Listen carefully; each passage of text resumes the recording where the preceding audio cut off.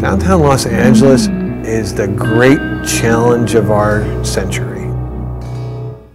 When I first saw downtown, I was both very attracted to it and by the same token repulsed by it, because it was such a pretty place architecturally, and yet there was no life in this city, particularly after 5 o'clock in the afternoon.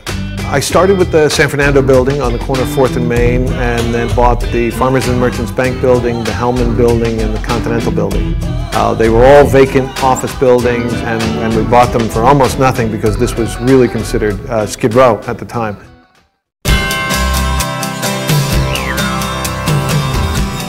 St. Fabiana's is sort of, it's a great Los Angeles story, and it really is part of our great story, and that is that it was a building that was slated for demolition and was really 10 minutes from being torn down. And now it's a great center for performing arts, but it's also a really important part of Los Angeles history that was this close to being lost.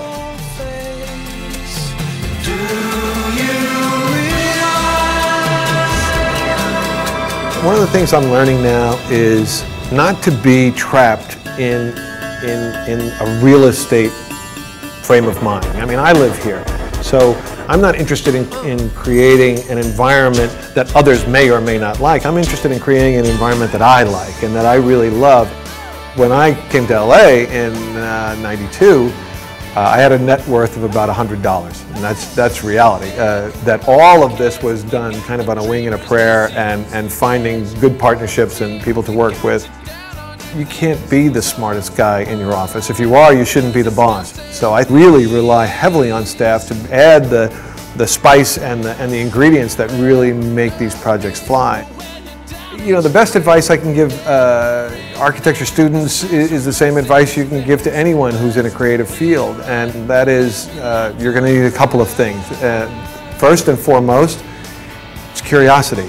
That and the ability to understand that some failure is inevitable, that's just going to happen. I just find the word cynic to be a nasty word. I don't mind skepticism, because there's the possibility of redemption or enlightenment, but cynicism is a dead end. My favorite word is Trish. That's my wife. It's absolutely true. One of the things that Tom said to me, which has always stuck with me, is that he described himself as the bones and us as the connective tissue.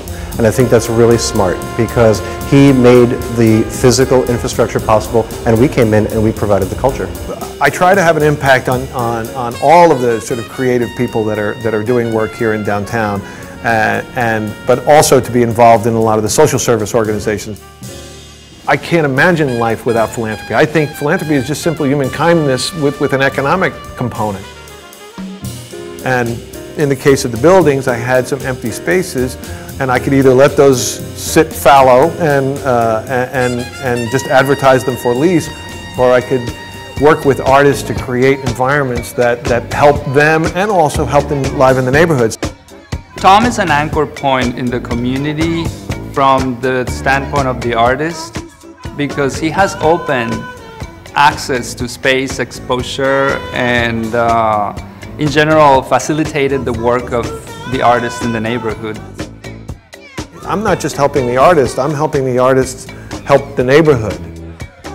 So I've said it before, the reality is I'm a lazy man trapped in a busy man's body, that I'm not a driven man, I happen to be driven. You know, it's a different thing. I'm Tom Gilmore, and it's an honor to have been chosen by Woodbury University as the Citizen of the Year. On behalf of the entire Woodbury University community, we want to congratulate Tom Gilmore.